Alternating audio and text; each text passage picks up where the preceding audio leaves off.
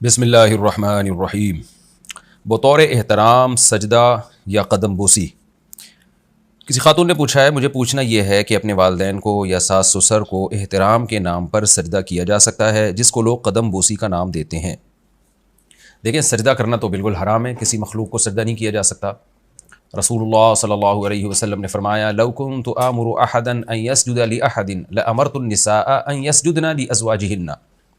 अगर मैं किसी को हुक्म देता कि वो सजदा करे तो औरत को हुक्म देता कि अपने शौहर को सजदा करे, लेकिन अल्लाह के सिवा किसी के लिए सजदा हलाल नहीं है।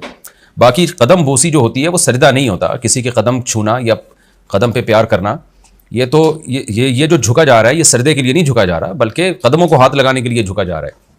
इसकी मिसाल ऐसे, जैसे किसी के सामने आपकी कोई चीज़ गिर गई, अब आप झुक के उठा रहे हैं, तो कोई ये कहे कि सामने किसी के सामने झुक क्यों रहे हो? भाई, हम किसी के सामने झुक थोड़ी रहे हैं, हम तो अपनी चीज़ उठाने के लिए झुके हैं। तो ऐसे ही पाँव को छूने के लिए या पाँव पे बोसा लेने के लिए झुका जाता है, वो झुका सजदे वाला झुकना नहीं होता। रहा ये मसला कि कदम बोसी या किसी के पाँव को हाथ लगाना या चूमना, ये जायज़ है या नहीं है, तो देखें, ताज़ीम का हुक्म है। ताज़ीम का कोई भी तरीका इख्तियार किया जा सकता है, उसके लिए कुरान और सुन्नत से सबूत ज़रूरी नहीं है। तो बाज़ इलाक़ों में जब लोग सफ़र से वापस आते हैं, माँ बाप के कदमों को छूते हैं, बहू जब आती है तो सास ससुर के कदमों को छू लेती है, तो ये जायज़ अमल है, कोई नाजायज़ नहीं है। लेकिन इसका मामूल बना लेना और इसमें बहुत ज़्यादा गुलूव करना, कोई अगर पाँव को हाथ ना लगाए तो उसको बुरा समझना, ये फिर नाजायज़ हो जाएगा। तो बाज़ इलाक़ों में बहुत ज़्यादा गुलूव हो जाता है, जब भी आओ पाँव को हाथ लगाना पड़ेगा, आपको पाँव को चूमना पड़ेगा। तो गुलूव ठीक नहीं है किसी भी चीज़ में, पाबंदी ठीक ज़रूरी नहीं, यानी ठीक नहीं है इसकी बहुत ज़्यादा एहतमाम करना इन चीज़ों का, क्योंकि उसका नुकसान ये होता है कि जो चीज़ शरीयत में लाजिम नहीं है, फिर लोग उसको लाजिम समझना शुरू कर देते हैं, तो इसलिए नुकसान होगा। पर्दा पर क्या हम कंप्रोमाइज़ कर सकते हैं? University student Pakistan. एक साहब ने पूछा है, मुझे क्लास में एक लड़की अच्छी लगती है, कई महीनों तक हमारी क्लास में व्हाट्सएप पर इससे बातचीत होती रही।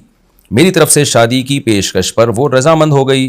वो शख्सियत, किरदार, आदाब, अखलाक, बातचीत के लिहाज से एक अच्छी लड़की है। सुभान अल्लाह, आपको अच्छी लग रही है तो हर लिहाज से अच्छी हो गई वो, मगर बाकायदा हिजाब का एहतमाम नहीं करती, तकरीबात में मेकअप भी करती है। इसकी परवरिश ऐसी फैमिली में हुई है जहाँ पर्दे वगैरह का एहतमाम ज़्यादा नहीं, ना ही मेरी फैमिली में कोई ख़ास एहतमाम है, मगर मेरी ख्वाहिश है कि मेरी बीवी पर्दा करे। जब मैंने अपनी इस तरजीह का इससे इजहार किया तो इसका कहना था कि बेशक पर्दा करना बहुत अच्छी बात है, मगर मैं किसी के कहने पर पर्दा नहीं कर सकती।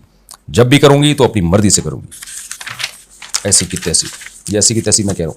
अब मैं कन्फ्यूज़्ड हूँ कि जिसको मैं पसंद करता हूँ इसके लिए पर्दे के बारे में कंप्रोमाइज़ करूँ या नहीं करूँ। बराए मेहरबानी इसमें एक बाप की तरह शफ़क़त फरमाते हुए अपने मशवरे से नवाजिए। बाप की तरह शफ़क़त का मतलब, आप मुझे अपना बाप मान रहे हैं तो मैं अपने बेटे को नहीं करने दूंगा। अगर वो बेपर्दा लड़की से शादी करना चाहता है, मैं नहीं करने दूंगा। तो मैं उससे कहूँगा, भाई लड़की पर्दा पहले करेगी, शादी बाद में होगी उससे।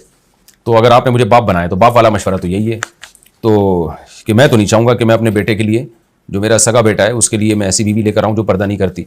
वजह उसकी है कि भाई ये तो ठीक है, उसने कह दिया मैं अपनी मर्जी से करूँगी, तो कर ले भाई, अपनी मर्जी से ही कर ले। आप उससे कहेंगे तुम अपनी मर्जी से करो, मेरे कहने से ना करो, अल्लाह का हुक्म समझ के कर लो, फिर हम शादी कर लेंगे। होता ही है कि जब आप, जो लड़की पर्दा नहीं करती, आप उससे शादी कर लें तो इम्कान होता है कि बाद में पर्दा कर ले। लेकिन अगर नहीं किया, बाज़ दफ़ा ये भी होता है नहीं करती, तो लड़की की हद तक तो इंसान गुजारा कर लेता है, लेकिन आगे जो औलाद होगी ना, बेटियां होंगी, वो भी नहीं पर्दा करेंगी, फिर पूरी नस्ल का ख़राब होने का ख़तरा होता है। और इस ज़माने में फासले बढ़ते जा रहे हैं। जो लड़कियां पर्दा नहीं करती तो वो सिर्फ ये नहीं कि पर्दा नहीं करती, अगले स्टेप में वो उससे और ज़्यादा आगे जाएंगी, अगली नस्ल में उससे और ज़्यादा आगे बोल्ड होती चली जा रही हैं। तो जिसने कर लिया पर्दा वो तो महफूज हो गई, जिसने नहीं किया तो वो आहिस्ता आहिस्ता आहिस्ता आहिस्ता बहुत ज़्यादा बोल्ड होती जा रही हैं। फिर वो तो नस्ल ख़राब होने का बड़ा शदीद ख़तरा है। फिर आप खून के आंसू रोएंगे कि यार मेरी बेटियां पर्दा नहीं करती, तो बेटियां कहेंगी हमारी अम्मा कौन सा करती है। तो अम्मा पर्दा करेंगी तो बच्चियां करेंगी, नहीं करेंगी अम्मा तो बच्चियां भी नहीं करेंगी। तो मेरा मशवरा ये है कि आप इनसे कह दें कि भाई ये पहले पर्दा कर लें, शरई पर्दा, शरई तरीके से जो होता है, तो फिर आप उनसे शादी कर लें। अगर नहीं करती तो आप ना करें, फिर कहीं और ये गप्पे शप्पे छोड़ दें, आप लड़कियों से दोस्तियाँ वोस्तियाँ छोड़ दें। बस आपने पैगाम भेज दिया, सीधी तरह एक और पैगाम भेज दें कि भाई पर्दा कर लो, मैं आपसे शादी करूँगा। वो कहेगी अपनी मर्जी से, कहना अपनी मर्जी से कर लो भाई, तो हम कोई ज़बरदस्ती थोड़ी कर रहे हैं। फिर भी नहीं करती तो फिर आप उनसे बातचीत छोड़ के कहीं और शादी करें। अपनी तस्वीरें डिलीट करने के लिए किसी के मोबाइल में घुसना।